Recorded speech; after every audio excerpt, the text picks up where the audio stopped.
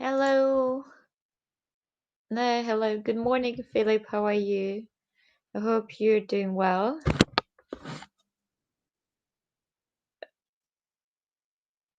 Yeah, it's nice to see you.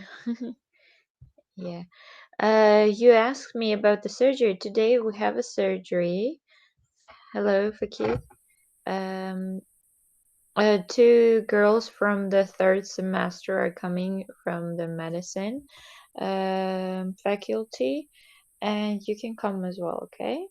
If you want to. I'm at Khudshawari Hospital, sixth floor near surgery. Okay, we've got one surgery, a small surgery, but still it will be a thing to see. Okay, if you want to, or you can choose another day because two students are already coming. I will give you a head notice. Okay, so nice to see you all. Yes, okay. Oh, okay, that's okay. Yeah, I will. Yeah, another day. Okay, okay. So, I will just wait for a few minutes for you to gather up, and we're gonna start the lecture. So, we're finally over with the inflammation and all. We're gonna start a new chapter of the book that comes right after the inflammation. So, okay.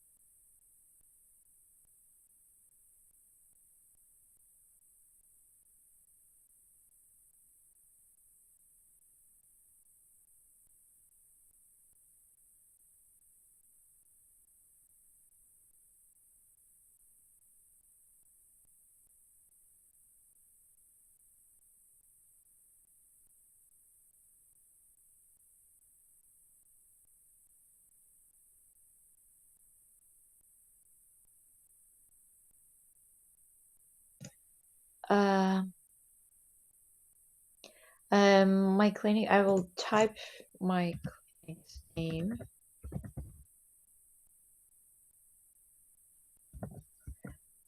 It's called Hudushauri Academic Hudushauri National Center. That is a big pink building near university campus. Okay, it's really easy to.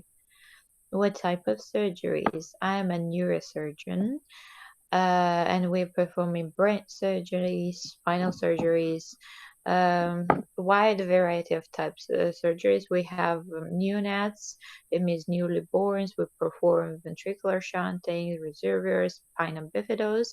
And the grown-ups, every type of surgery. It could be trauma, it could be tumors, it could be abscesses, and spinal surgery, fixation, scoliosis, and different types of surgeries. A wide variety of. almost every kind of neurosurgery, except from endovascular one, because we have bought the endoscope, just new one, so we haven't yet started that. Open surgeries are performing every type of them.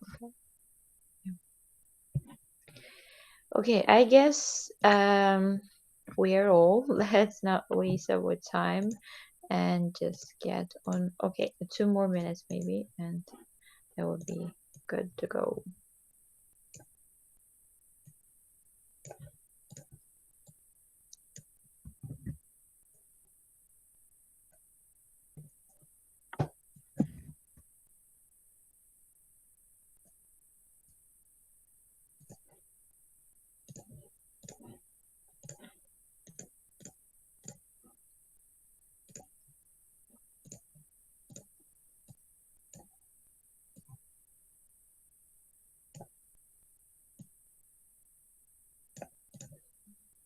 Hello, doctor. How are you? How are you, Hussein Saeed? I'm Fine. fine, thank you. I want to ask you, the week 7, it's included as the exam or not? Um, The 7th topic. Immunology. I mean, Yes. I think I will not include it because 6 weeks material is quite enough. It's Week very seven, yeah, too large. including this topic. Yes, okay, thank you. Okay. So because we haven't yet decided when the second midterm will be, but I guess it would be better if you have yes, 7th week's material included in the second midterm, because to be fair, yeah.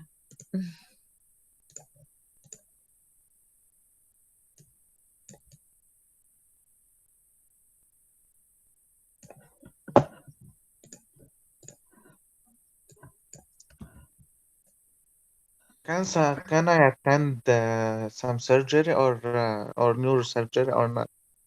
I want. Um, we are performing neurosurgery, but there, if I show you around surgical ward, maybe you're gonna meet with other surgeons and you can attend other surgeries as well. Mm-hmm. Yeah. Very good. Mm. Yeah. But unfortunately, not dental surgeries. We don't have that.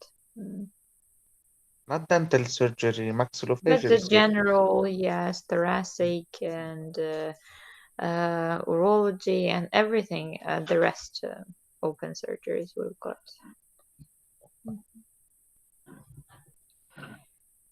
So I'm searching for pictures here while waiting.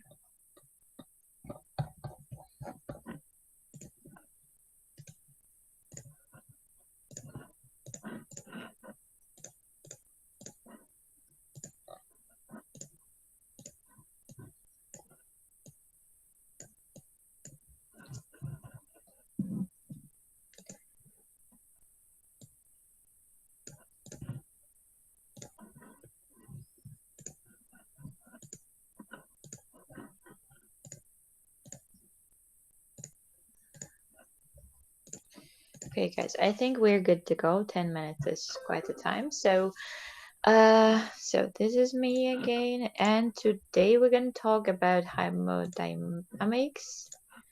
Um, yeah, that is our topic. Hemodynamic disorders, thromboembolic disease, and shock.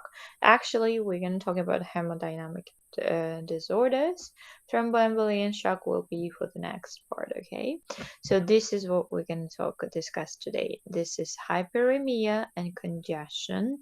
Differences between those two. We're going to talk about edema a lot, and edema, which is due to increased hydrostatic pressure or reduced plasmaosmotic pressure. And we're going to talk how kind of lymphatic changes might also cause lymphatic obstruction, might also be the reason of the edema, and the sodium and water retention, obviously. So this is the chapter, no, I'm not giving you the chapter. Directly the pages. This will be 97 and 112 in the 10th edition of the Robbins Basic Pathology. Okay, so please remember that.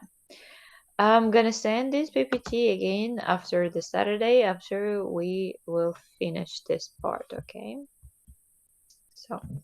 So we are discussing this chapter in 2 weeks. So this week and the next we're gonna finish this chapter.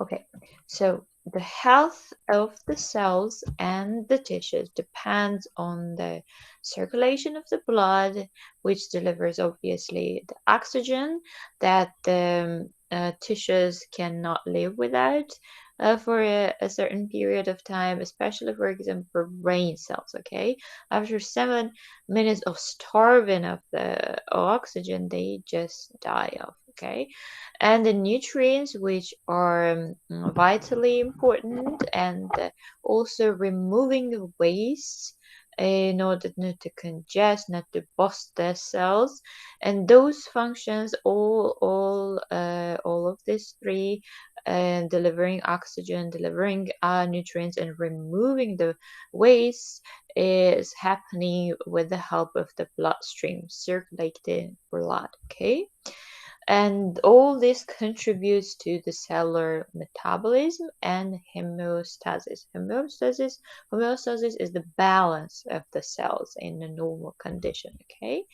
so under the normal conditions, as the blood passes through the capillary beds, proteins in the plasma are retained within the vasculature, and there is a little net movement of the water and electrolytes into the tissues. Okay, so not just the oxygen and nutrients, but as well as some proteins, and as well as some plasma, which is mostly made up of the water fluids, escape the stream and happen to be in the with the electrolytes obviously in the tissues. Okay, so homeostasis, as I said, this is the natural balance of the cell. So when there is a normal, pathologies, okay, but pathology conditions alter the endothelial function. It means they alter their permeability, they damage their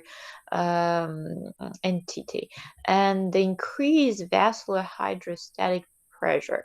So, what keeps blood streaming in the vessels? This is two major pressures, as I've mentioned in the previous lectures: hydrostatic and colloid osmotic pressure. So any change, any disturbance between the balance of these two leads to the pathologic changes. So increase in a vascular hydrostatic pressure, or the decrease in a plasma protein content, and plasma proteins are the ones that maintain the osmotic pressure. Okay, so it means increasing hydrostatic and decreasing the osmotic colloid pressure, that leads to edema because vascular permeability increases and the accumulation of the fluid occurs in the fluid in the tissues, resulting from the net movement of the water into the extravascular spaces. Okay, so the disturbance of these two pressures, this balance of these two pressures leads to development of the edema, which is obviously literally the escape of the water from the vessel to the extravascular spaces. Okay. So edema may have a minimal or profound effect. What does it mean? It could be not serious, during when you cut your finger, you've got some swelling, and edema around that cut, the trauma. That is a protective reaction. That is one characteristic and cardinal sign, the cardinal feature of the inflammation, right? So, but it could have profound effects like in congestive heart disease, heart failure, lung disease, and many others. Those can develop crucial um, crucial outcomes. Okay, so let's see what is the damage. In the lower extremities, it may only make one's shoes feel snugger after a long sedentary, sorry, long and busy day. Okay, it's normal, and a pregnant woman who has changed balance, who has gained the weight because of the fetus. It's normal within the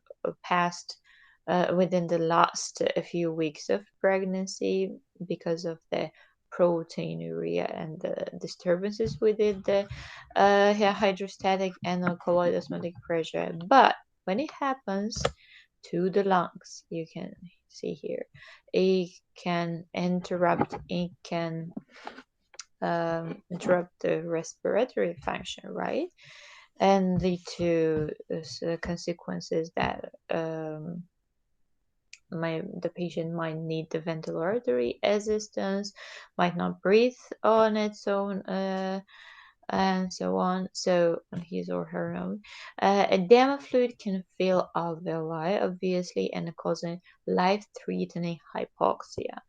Hypoxia is the insufficiency of the oxygen, deficiency of the oxygen that might lead to necessity of the uh, artificial ventilator or the mechanical ventilator, or might the other ways might lead to the serious consequences like brain damage, tissue damage, impaired organ functions, and so on. So I want you to think like this. So from minimal to the major and life-threatening changes, edema is the cause. Okay.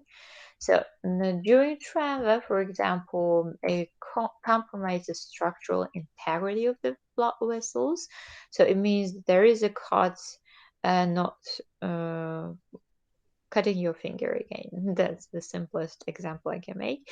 So it's not just the superficial trauma of the skin, but there are some small vessels that we cannot see but are traumatized during this injury, right?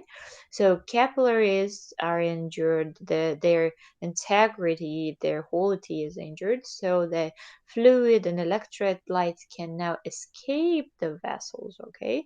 And proteins can leave the intravascular space and extravascular. It could be that all disturbs this hemostasis of this hydrostatic and osmotic colloid pressure, and as a result we've got exudation. Okay, we've talked about this. Escape of the fluid in the extracellular space is called exudation, as the resulting fluid is exudate, or it could be transudate, and we differed those two. Okay, so what is hemostasis? We've talked about homeostasis, that's the general balance in the body, but hemostasis, stasis, as you know, that means balance, stable state. Hemo about the blood. Okay, so this is the process of the blood clotting that prevents excessive bleeding after blood vessel damage. Okay, so that's a defensive mechanism against the bleeding out, against the blood loss and hypovolemic shock. Okay, so when the inadequate hemostasis, when the hemostasis is disturbed, it might result in the hemorrhage. It means when the blood escapes the vessels, it congests the tissue around, and hematomas may develop. Hematoma means blood clots in the tissues, okay? So, which can compromise the regional tissue perfusion because of the mass effect. It congests not only the space, it takes the place of the vessels, okay? And it disturbs the perfusion as well. And it massive, and if it's rapid, it might lead to hypotension. Okay, it's if it's a rapid loss of a lot of amount of the blood during traumas, the hypotension and hypovolemic shock, my hypotensive shock might to develop, okay, and it might have a lethal outcome even. So another opposite process of the hemostasis is thrombosis. Okay, it's increased inappropriate clotting. Okay, so you see the deep vein thrombosis, for example, when the blood clot detaches from the vessels in the legs and it travels through the uh, circulation and might cause the thromboemboli. Okay, when it's the thrombus is detached, it's called embolus. Okay, a migrating thrombus is embolus.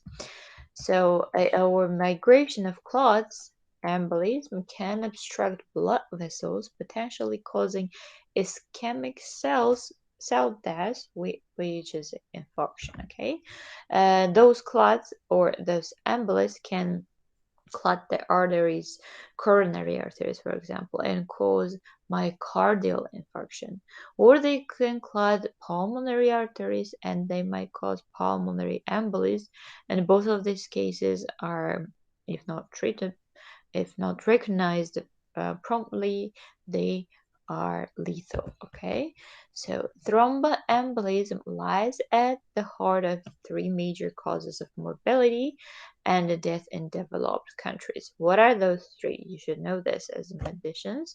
This is myocardial infarction, pulmonary embolism, and cerebrovascular accident, which is stroke. Okay, so um, depending on which vessels the embolism might gonna clot, that will be heart vessel, that will be pulmonary vessel, or brain vessel. Okay, all these three are, if not lethal, which is the major cases, they are highly they are hugely contributing to disabling the patients. Okay, so now let's differ hyperemia and congestion. So hyperemia, that is the other name for that is erythema.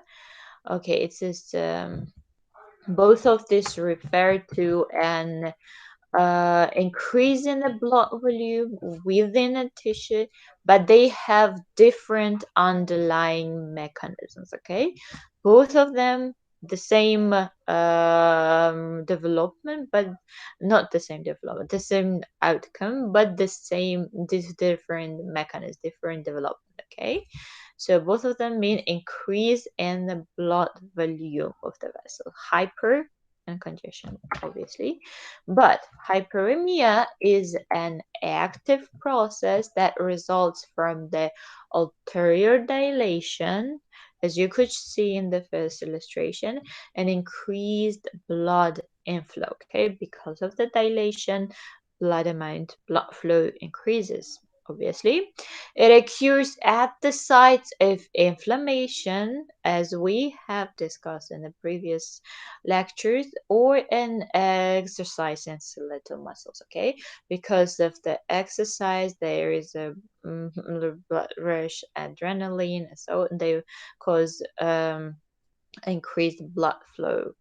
Okay, and inflammation because of the dilation, vasodilation, increase the size of the lumen and also increasing the blood flow.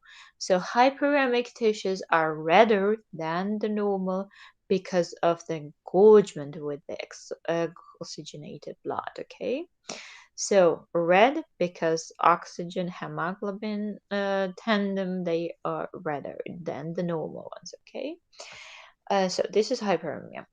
Congestion is also increasing the total amount of the blood, but difference. This is the passive process that results from the impaired outflow of the venous blood from the tissues. While hyperemia is active, it means increased dilation, increased blood flow, but congestion is decreased venous outflow, okay, big decreased outtake from the tissues, and that's why the tissues congest. It occurs systematically as in a cardiac failure, or it could be local, as in consequences of the isolated venous obstruction. Okay, if it's systemic during cardiac failure, or, congestive heart failure, the most common type of heart failure.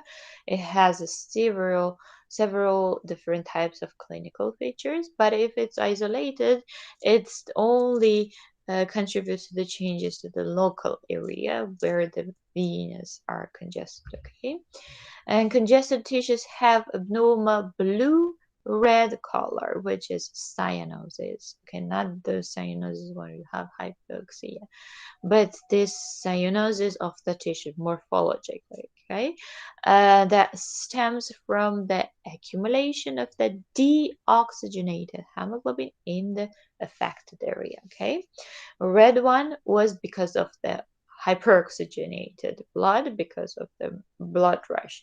No, we cannot take the blood. It's poor with oxygen, then it's congested. It's just stuck there, and it's not oxygenated. That's why it's a blue red cyanotic. Okay, cyanosis is the color.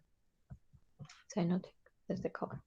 So, in the long-standing chronic congestion, inadequate tissue perfusion and persistent hypoxia may lead to parenchymal cell death and the secondary tissue fibrosis.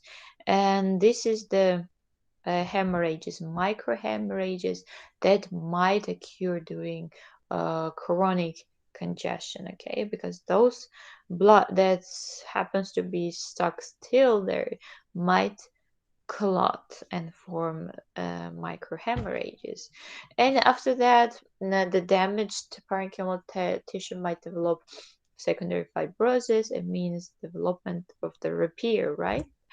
So the elevated intravascular pressure may cause edema.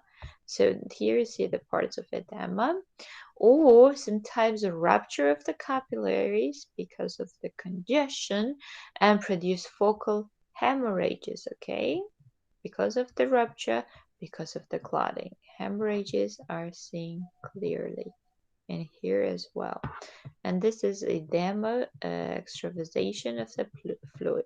Okay, so what is the morphology? These are alveoli, lung alveoli, and microhemorrhages within this, capillaries rupturing because of the congestion, and the surfaces of the hyperemic or congested tissues feel wet and typically ooze with blood. Okay, and on microscopic examination, acute pulmonary congestion is marked by blood and gorge alveolar capillaries. Okay, and that is what you see on this illustration. Alveolus filled with the blood cells, hemosiderins, and so on.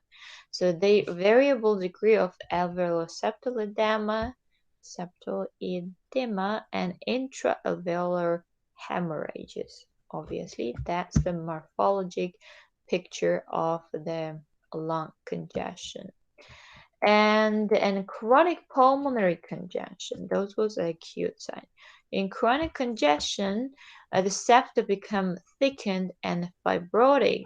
You see the difference between this septa, which still maintain the integrity of alveolus, the shape of it, and this septa, which is disturbed and yeah, fibrotic. And the alveolar spaces contain numerous macrophages that are called laden with the hemosiderin. Hemosiderin is the result of the breaking of the red blood cells, and those, as you can see with the arrows and here as well, and these are hemosiderophags. They are heart failure cells. Okay, derived from the phagocytized red cells. So they are morphologic sign of the heart failure. That's why they're called so heart failure cells, and easily detectable with the microscopy. Yeah. And the liver, I wanted to say, in acute hepatic congestion, those congestion is easily seen in the liver because they're overwhelmed with the cells. So central vein and the sinusoids are distended with blood, and they may even be necrosis of the centrally located hepatocytes. Okay. And here you see the periportal pericytes, better oxygenated because of their proximity to the hepatic arterioles. They experience less severe hypoxia because of the closeness, again, closeness to the oxygenated part, and they may develop only reversible fatty change. Okay, fatty change is reversible change.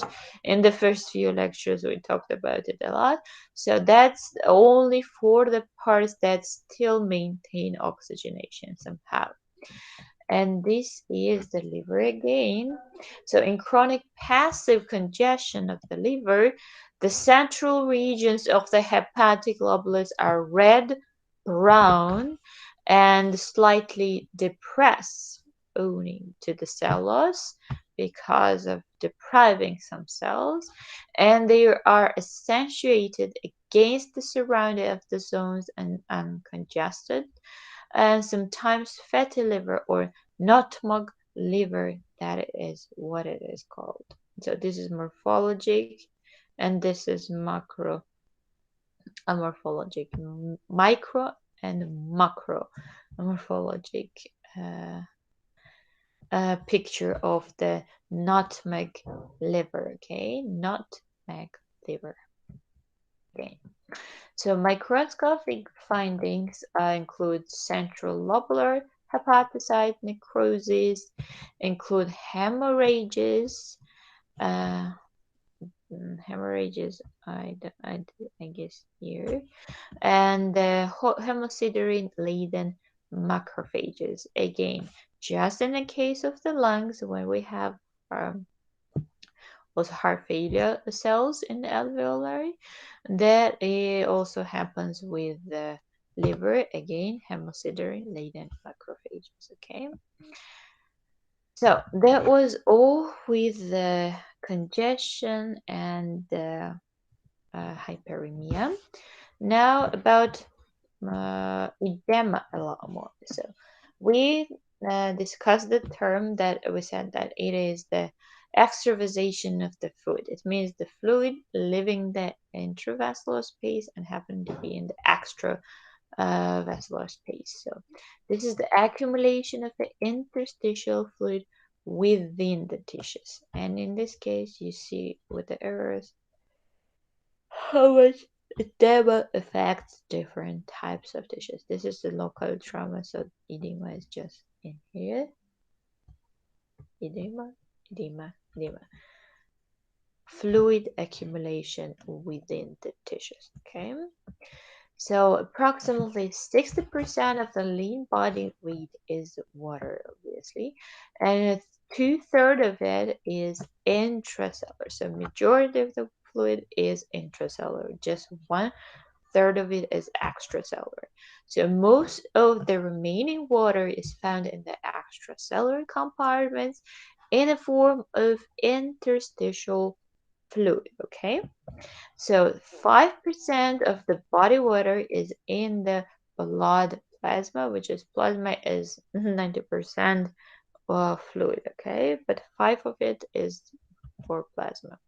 So they cannot just edema happen not just in extremities, which we said might not have that severe outcome, but in the body cavities, okay? So extravascular fluid can also collect in the body cavities, and such as accumulations are referred to collectively as effusions. So effusions could be in the pericardium, in the peritoneum, and in the pleurals, okay? So in the pleural cavity, it is called hydrothorax, and this is the X-ray of the chest, and you see this is the clavicle. Sorry, let me. This is the clavicle, and here the brachial stars. These are the costal ribs, and this is the lung. Okay, it's supposed to be this kind of on the both side, because the lungs are filled with air. X-ray usually passes through air, sorry, not the ear, but air, and it stains on the X-ray dark. Okay, so air in the X-ray looks dark. Bones usually don't pass, X-ray doesn't pass that well, so that's why they are lighter. And this is the heart in here. We see this is the heart shape. Obviously it is like this is the right lung, this is the left lung, and that's why heart is on the left. Okay, so why this is dark and why this is light? Because of the hydrothorax, because of the accumulation of the fluids in the pleural cavity. Okay, and the water, obviously liquid, fluid doesn't let the X-ray to pass that well, so that's why we got no staining in here and we got a white picture. There is just here, so lung tissue is just like seen here. Okay, all is congested with the fluid. The pericardial cavity, and this is the heart obviously, and the surrounding pericardium, the place between the parietal and the visceral pericardium is called pericardial cavity. And this small cavity, when it's filled with the fusion, with the edema, with the fluid, is called hydropericardium, and it might cause the hard cardial tamponade, squeezing the heart, doesn't letting it pump blood to contract and expand, and yeah, yeah, that's a cardiac tamponade.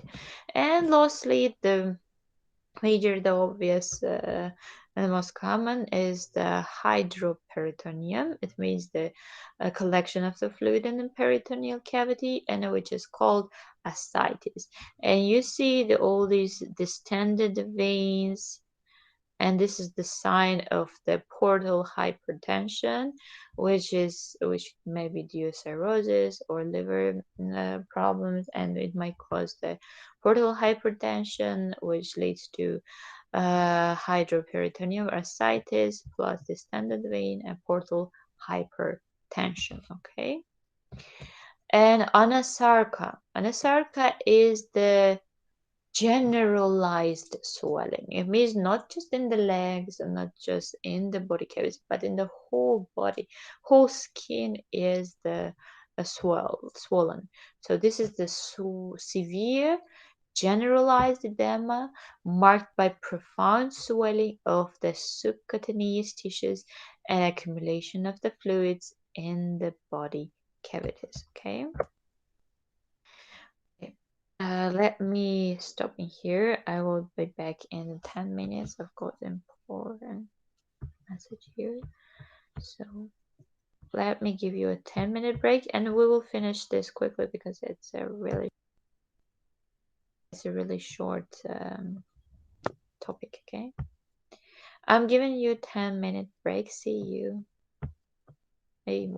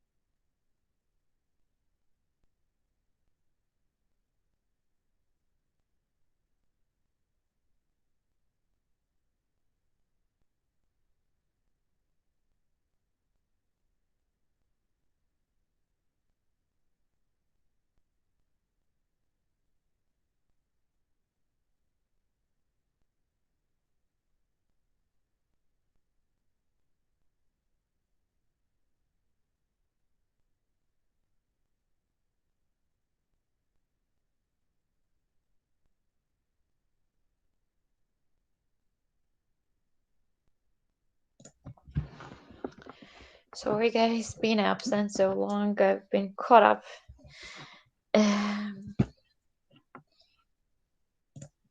with work, obviously. Okay, so let's go on. So I was talking about the mechanism of the edema. As I said, the major mechanism is the changes, drastic changes in the pressure, hydrostatic and osmotic. So the fluid movement between the vascular and interstitial spaces is governed mainly by two opposing forces. This is the vascular hydrostatic pressure that keeps the blood from not streaming out of the vessels, and the colloid osmotic pressure, which is defined with the proteins and mostly by the albumin. Okay, so those produced by the plasma proteins, obviously. So the balance between this pressure is what makes the bloodstream and blood flow in the vessel. The outflow of the fluid produced by the hydrostatic pressure at the alveolar end of the microvasculation is nearly balanced by the inflow at the venular end, owing the slightly elevated osmotic pressure. So we know that we've got veins, capillaries, arteries, so the blood streaming in the direction, and the arteries taking supplying the tissues with the blood, and the veins taking the deoxygenated blood out. That is due to the differences between these pressures. Okay, so there is only small net outflow of the fluid in the interstitial space, which is in normal and in healthy tissues, which is drained by the lymphatic vessels. Obviously, if they're functioning, they drain the excessive fluid that has escaped during the normal flow. But increased hydrostatic pressure and diminished colloid osmotic pressure leads to consequences, which is edema, causes increased movement of water into the interstitium. Okay, so as you can see, increased hydrostatic, decreased oncotic or colloid osmotic pressure, and again, additionally, vascular permeability if it's increased, and we've got no drainage with the thoracic duct, obviously. It means we have edema. All these mechanisms that lead to uh, swelling. This in turn increases the tissue hydrostatic pressure, as I said, if the drainage is disturbed, and eventually new equilibrium is achieved. Excess edema fluid is removed by lymphatic drainage and is returned to the bloodstream by way of the thoracic duct, and that's what I was in the last. If this thoracic drainage is impaired as well, it might contribute to the development of the edema. Okay, so this is hydrostatic, increase of the hydrostatic pressure, decrease of the plasma colloid osmotic pressure, increase the interstitial fluid, as you can see, and thoracic duct can no longer drain the excessive fluid. Okay, so and the edema fluid that accumulates in the setting of increased hydrostatic pressure or reduced intravascular colloid typically is a protein poor transudate. And what was exudate? Exudate was protein rich, right? Yeah, because of increased vascular permeability. Inflammatory edema fluid is a protein-rich exudate with a high specific gravity because of the cellular debris and so on and so forth. Okay, and the usual cutoffs for the specific gravity is the small. This is the unit that you can when you do the puncture, pleural puncture in case of the a hydrothorax, and you send this liquid, fluid, this you vacuum, you send it to the laboratory, you get these results less than 1.212. It means you know this is the transudate. But if it's more than 1.4, it means it's exudate. There is some inflammation there. There is the flora is rich with so it might even cause infectious fluid. So these are the causes of the changes in the hydrostatic osmotic pressure and the causes of the edema, obviously. So due to the cause of the edema due to increased hydrostatic pressure could be impaired venous return because of the congestive heart failure, because of constrictive pericarditis, ascites, thrombosis, external pressure because of the mass, and the lower extremity inactivity for prolonged period of time. You don't have to remember all these, but you will have questions about that.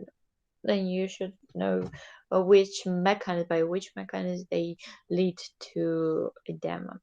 And hydrostatic pressure also increases your arterial dilation, obviously, during heat and neurohormonal dysregulation. And the other cause was decreased osmotic pressure. So hypoproteinemia, when we have small amount of proteins from about albumin, because protein losing glomerulopathies, for example, nephrotic syndrome. If we have cirrhosis, if we have again liver is metabolizing proteins, but if we have malnutrition, we are not gaining enough supplements, enough proteins, build up materials, and protein losing gastroenteropathies as well when the absorption is impaired. Lymphatic obstruction is due to inflammation, due to neoplasms or tumors, due to surgically removal of the lymphatic nodes. For example, when in a woman when they have a breast cancer, and to prevent the spreading with the tumor and with the breast resection, the lymph nodes as well as are resected. So this is a post-surgical lymphatic obstruction. The resected lymph nodes can no longer do their function and drain the excessive fluid, right? Sodium retention, sodium natrium retention, excessive salt intake because of that, tubular reabsorption if it's increased, renal hyperperfusion, and increased renin exaltes aldosterone system that with the increases water and sodium retardation or reabsorption. Okay, and inflammation, obviously, acute, chronic, and angiogenesis. Those are also the reasons of the consequent edema.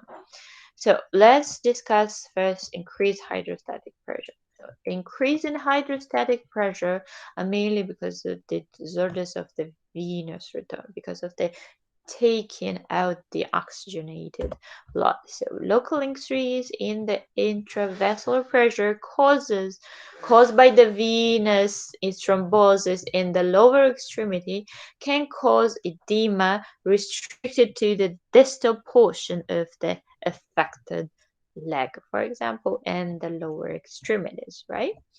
But it, the sorry. It a generalized increase in the venous pressure with the result of systemic edema most commonly occurs during congestive heart failure. Okay, this is the generalized venous increase in the venous pressure, so increase in the hydrostatic pressure. Now, this is the mechanism of the heart failure, how it contributes to the edema. So in heart failure, capillary hydrostatic pressure is venous return is decreased, capillary hydrostatic pressure is increased, renal blood flow decreases because of the failing heart. When there is less blood supply for the kidneys, it activates the renin angiotensin aldosterone system. So it means the renin increases renin production. It stimulates the angiotensin conversion from angiotensin 1 to 1, and aldosterone system is retaining much of the water, much of the sodium, and you see the congestion, right? Blood volume increases and edema There is. That it is. And malnutrition. Malnutrition is when pure supply with proteins. Hepatic synthesis, I mean, if it's impaired, we've got the protein again insufficiency. Nephrotic syndrome, if the clearance is increased, we're losing a lot of albumin and all the plasma proteins.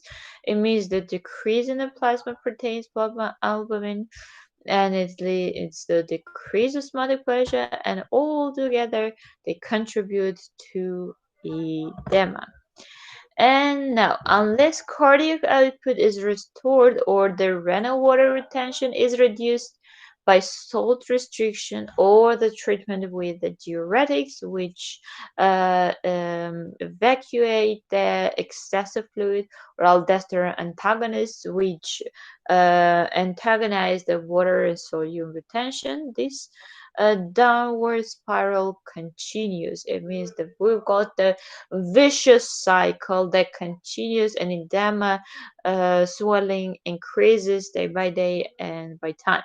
Because secondary hyperaldosteronism is the common feature of the generalized edema, salt restriction, diuretics, aldosterone antagonists also have value in the management of the generalized edema resulting from the non-cardiac causes as well. And now reduce plasma osmotic pressure. So increase the hydrostatic pressure because of the venous outflow, but reduce plasma osmotic pressure because of the loss of the proteins or not getting enough of the proteins. Okay, so this is the reduction of the plasma albumin concentration that leads to decreased colloid osmotic pressure of the blood and loss of the fluid from the circulation. And now it is the albumin you see here. It accounts for the almost half of the total plasma protein. So when we say the plasma protein, in 50% of the cases we mean albumin. Okay, so a condition in which albumin is either lost from the circulation or synthesized in inadequate amounts are common causes of the reduced plasma osmotic pressure. So you either don't take sufficient albumin, or you lose a majority of it. Okay, and that's the reason of the decrease of osmotic colloid pressure. Nephrotic syndrome is the most important cause of the albumin loss from the blood, yeah, due to kidney impairment, and the glomerular capillaries become leaky at this stage, and it's quite common during the pregnancies as well, and leading to the loss of the albumin because of the leaky capillaries, and in the urine, and the development of the generalized edema. Okay, and reduced albumin synthesis occurs in the settings of severe liver disease like cirrhosis and protein malnutrition. Okay, cirrhosis, impaired liver functioning, impaired protein synthesis, malnutrition, were not taken enough. If, for example, vegetarians are taken and the meat rich with the proteins, they also might suffer from insufficient, or undeveloped countries who suffer from the starvation, they have all nephrotic syndromes. And you see the kids with in Africa and undeveloped countries, not just in Africa, also in our countries. The kids who are the pictures that are memorized in your brain, those pictures, the very thin kids, very practically bones and skin, but they have big abdomen. Why do they have a big? Because they have ascites. Okay, because of kwashiorkor. This is caused this malnutrition. They don't have enough proteins, so colloid osmotic pressure decreases, and we've got the edema. We've got the fluid extravasation and collection in the peritoneal cavity, and yeah, that is the reason of the big stomach. Regardless of the cause, low albumin levels lead in a stepwise fashion to edema, reduced intravascular volume, renal hypoperfusion, and secondary hypertension. aldosterons. And this is the example of the pitting edema. When you push a finger, it leaves a fingerprint. It doesn't come back that long because, yeah, extends. So increased salt and water retention by the kidney fails to correct the volume deficit and exacerbates the edema itself. Sorry, I have to answer this one. დილამში დაბისა ლექციაზე ვარ, ჯერ კლინიკაში არა ვარ. თქვენ ასლო ხوار გინდოდათ ზემოთ? ქალბატონელიკოს დაურეკავ და აგიშვათ.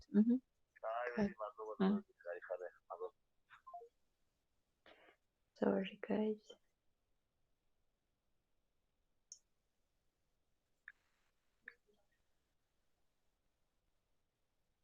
I will make a phone call. So let's go on. So lymphatic obstruction, as I said, not just the venous outflow or the protein, hello, or the protein deficiency is the cause, is the reason of the edema, but also ქალბატონელიკო, ხوار დაწოლილი პაციენტი? ახლა ეხლა შემოვიდა, კაი, ჩაგიყრით ანალიზებს და გეხვეწებით საშვებში დარეკეთ იმნაძესთან ამოუშვან ეს მოსულია მისი ისა და იმნაძესთან. მადლობა. ანალიზებს ჩაგიყრით, ეხლა ლექციაზე ვარ, როგორც კი მორჩები წამოვალ. კაი. კაი. Okay, sorry. Yeah, patient has come for the operation. Yeah. So, but not just the increase in hydrostatic and decrease in osmotic blood pressure can cause the edema, but also lymphatic obstruction, because excessive fluid must be evacuated and drained with the help of the lymph nodes and ducts. Okay, so edema may result from lymphatic obstruction that compromises the resorption of the fluid from interstitial spaces. Impaired lymphatic drainage and consequent lymphedema usually results from the localized obstruction caused by the inflammatory or neoplastic condition. So, like parasitic infections, filariasis, for example, can cause massive edema of the lower extremities and also in external genitalia, and is called elephantiasis. Okay, yeah, it looks like the elephant leg, actually, literally. So, by producing inguinal lymphatic and lymph node fibrosis as well. So, fibrosis means functionless, right? The lymph nodes are not functioning. They cannot adequately, can no longer adequately drain the excessive fluid. Okay, and infiltration and obstruction of the superficial lymphatics by the breast cancer may also cause edema of the overlying skin, and the characteristic finely pitted appearance of the skin and affected breast called peau d'orange, orange peel. Okay, and this is after resection, after breast resection. So as I said, iatrogenic lymphatic obstruction, not the obstruction, but when the breast cancer is removed totally, so radical mastectomy is performed,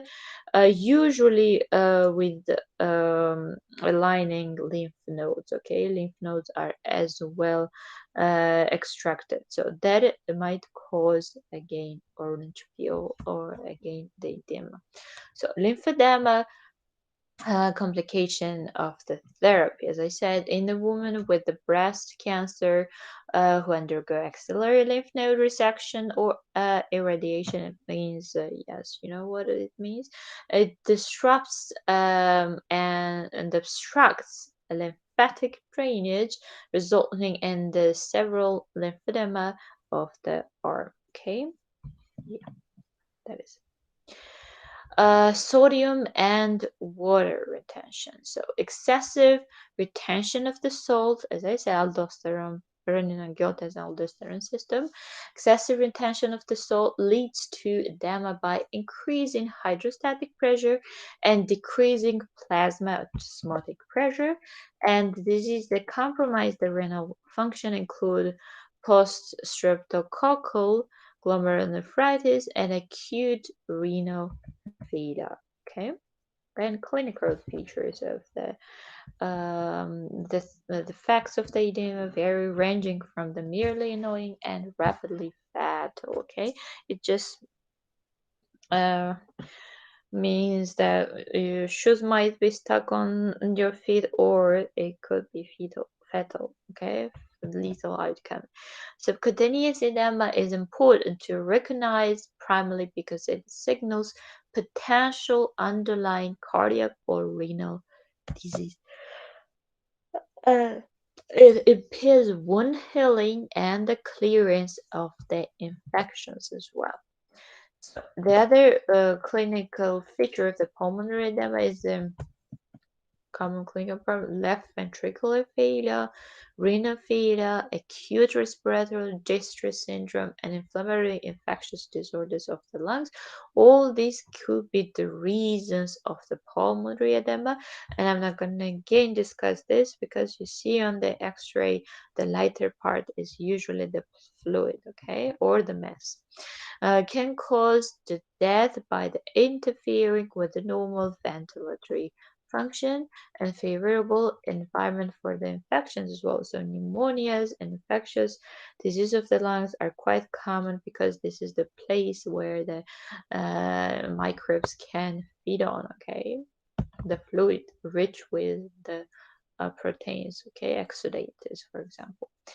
Brain edema. So that's the life-threatening one. That's if the swelling is severe, the brain can herniate. So in the foramen magnum, it can squeeze in, and there is a yeah, brainstem, which has not just the respiratory function but also heart, uh, the circulating part. So that's the vital organ that if it's herniated, if it's dead, the foramen magnum squeezes in the brainstem, brain dead. Yeah. With increased intracranial pressure, the brainstem vascular supply can be compressed, leading to the death due to an injury to the medullary centers, controlling respiration and other vital functions. Okay, so this is the foramen. You can see actually this one, yeah, here. This is the cerebellum, and this is the ventricles, which should be wide. But in this case, when we have a swelling on the CT, they are narrowed because brain has no chamber to expand. It is caught in a cage, which is called skull, so it has no placers. And so brain tissue is the most delicate tissue of all, that it cannot take the hypoxia, it cannot take the compression. Even small mass is enough to kill the brain cells, and that's, yeah, you know what it is. Morphologically saying, so subcutaneous edema can be diffuse, but usually accumulates preferably in the parts of the body positioned below the heart. For example, why legs? Why we see all the time? Because they are by means of the gravity. Okay, hydrostatic pressure is the highest there, and the more distant to the heart, obviously. And damage typically is the most pronounced in the legs with standing position, but in the sacrum if the patient is lying. Okay, obviously the center of the changes, gravity changes. The finger pressure over edematous subcutaneous tissue displaces the interstitial fluid, leaving a finger-shaped depression, and that's the pitting edema. Okay, and periorbital edema. So not just in the limbs or legs and extremities, the edema results from the renal dysfunction, for example, because of the nephrotic syndrome. It often manifests within connective tissues around the eyes or periorbital edema, the eyelids. Okay, And pulmonary edema again and again. The lungs often are 2 or 3 times their normal weight. They're like sponge. They are have sucked out the fluid in it, and they are swollen, and they have weight a lot of twice as they weight is usual. The sectioning shows frontis, sometimes blood tingle fluid consistent of the mixture of air, edema fluid, and extra vasollated red cells. Yeah, heart failure cells. And again, brain edema could be localized, could be generalized. Localized in this case of the tumors, around the tumor, of in the case of abscesses, around it, and generalized depending on the nature of pathologic process. For example, during ischemia, if we have ischemic stroke in the circulating system of the, for example, um, anterior cerebral artery or posterior cerebral artery, or all three of them. So whole hemisphere ischemic, we have a total brain swollen. Okay, as you can see here, this is the swollen brain. There are no sulcus, no gyrus, and they are just flattened. Okay, the surface is just flattened and dying. With generalized edema, and the sulci are narrowed, and the gyrus swell and become flattened against the skull. And this is the localized edema. There is a mass in here. This is a tumor, and this white is edema. So white on the MRI scans and black in the CT scans. Edema looks like this, and these are the ventricles, and because of edema, this right ventricle is compressed. Again, right and left lobe. Okay, hemispheres. Um, yeah, what I wanted to say, that's why we do decompressive surgeries. What we do in this case, we resect the part of the skull in order to give space it to expand, and for the healthy hemisphere to not be compressed, okay, to decompress. So we do partial craniotomy, it's to call decompressive craniotomy. We can do, sorry, uh, der kesin der ke bats ke I ochi chakuri daura get or chakuri go get it game chakuri with okay. Okay, that's quite it. What I wanted to say. So I guess you have a question. Let me see the chat. I think it's really.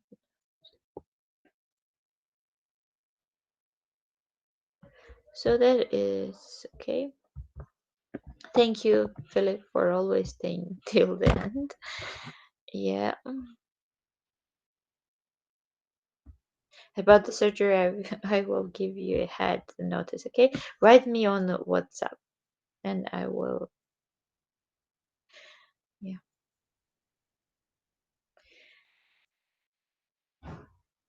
Ah, you don't have it. Okay, I will. That's my number, so you can write. Okay, then see you on Saturday. I guess that was it. That was quite short, and yeah. Bye bye. Thank you.